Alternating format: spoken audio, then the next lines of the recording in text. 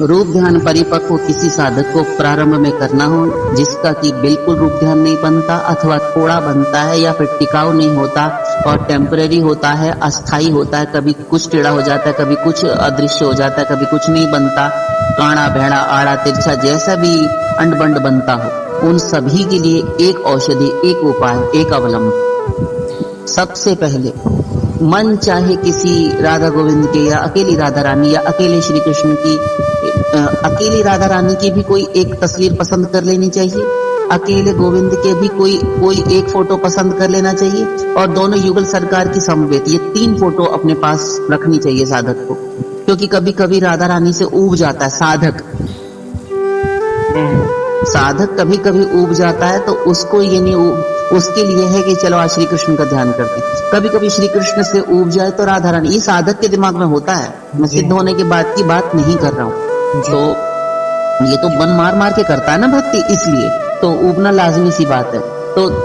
दोनों से ऊबे तो, और जब एक के ध्यान से ऊब जाए तो दूसरे का, दूसरे के ध्यान से ऊब जाए तो पहले का, और जब मन करे तो अकेले अकेले नहीं कर रहे, आज हम ऐसा करते हैं, हम दोनों ही का करेंगे युगल सरकार का। तो युगल जोड़ी का ध्यान करने के लिए एक युगल मूर्ति, जो कई बार तुमने देखा होगा तुम्हारे यूट्यूब पिक्चर्स में भी, वो महाराज जी की एक श्यामा श्याम गीत है, उस पुस्तक में तुमने उस दिन बक्सा हमने बिल ढूंढा था तब मिला था, तो उसमें राधा कृष्ण सिंहासन पे बैठे, नीली साड़ी और पीले उसमें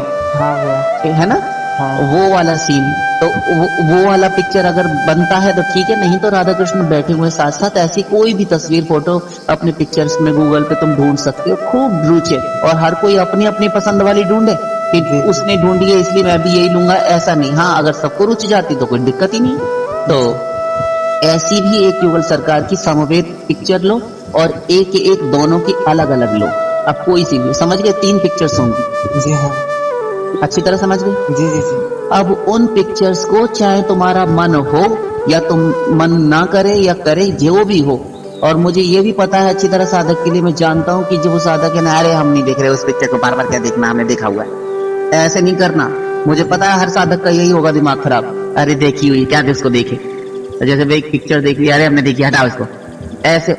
ऐसे नहीं, ये मत करना, वरना तुम्हारा कभी रूप ध्यान नहीं बनेगा। फिर उस पिक्चर को बार बार एक एक अंग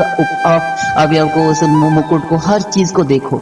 बार बार देखो, बार बार देखो, दिन में 50 बार देखो, बार बार देखोगे, और थोड़ी थोड़ी एक एक मिनट अच्छी तरह भर भर की आंखें देखो। तो देखने से ना, बार बार रोज दिन में 10 बार 50 बार देखने से क्या होगा, एक 10 दिन 20 दिन लगातार ये अभ्यास करो, और तुम पाओगे, साधक पाएगा कि मुझे ना उसकी स्फूर्ति होने लगी है, मैं कहीं भी उठ बैठ रहा हूँ, बार बार यार वही पिक्चर दिमाग में चढ़ी हुई है, उतर ही नहीं रही। हालांकि श्रद्धा से या फिर अच्छी लग रही है इसलिए नहीं, लेकिन आप उसको भूल नहीं पा रहा, क्योंकि ध्यायतो विषयान पुंसः संगस्तेषु उपजायते, ये श्लोक वहां काम करता है। ठीक है, तो बार बार उसमें फिर आसक्ति हो जाती है। तो एक फोटो को लेकर बार बार अवलंबन लेकर उसको बेमन से देखो, या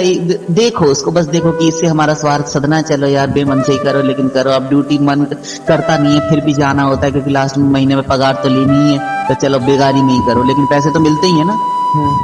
तो ऐसे ही उस तस्वीर को बिना मन से ही देखो, और अगर मन से अगर देखने लगो तो अच्छी बात है, लेकिन उसको देखो तो तुम पाओगे 10 दिन में, 15-20 दिन में तुम्हें काफी हद तक मदद मिलेगी। अब यही तुम्हारे जब चढ़ जाएगी तो बार बार तुम इसी को, जब सेवा पूजा में उपासना में बैठोगे तो यही तस्वीर, जब गुरु के पास बैठो या अकेले में साधना करो तो बस वही पिक्चर एक बार और निहार लो, अगर जरूरत पड़े तो। और अगर चढ़ चुकी है दिमाग में और रुच चुकी है, दिल अंतस्थल पर, कैनवास पर अंकित हो गई है, तो फिर बिना देखे भी तुम ध्यान कर पाओगे उसका। फिर कहीं पार्क में या जहाँ कहीं भी तुम जाओ बैठो, तो वहां पर उसी फोटो तस्वीर को याद करो। अब चाहे वो अकेली राधा रानी को देखो या फिर अकेले कृष्ण को या युगल सरकार को,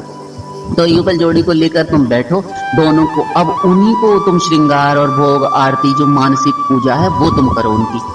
ठीक है, तो इतनी देर अब ये मन लगा, प्लस उसमें 15 मिनट रूप ध्यान भी मिला दो,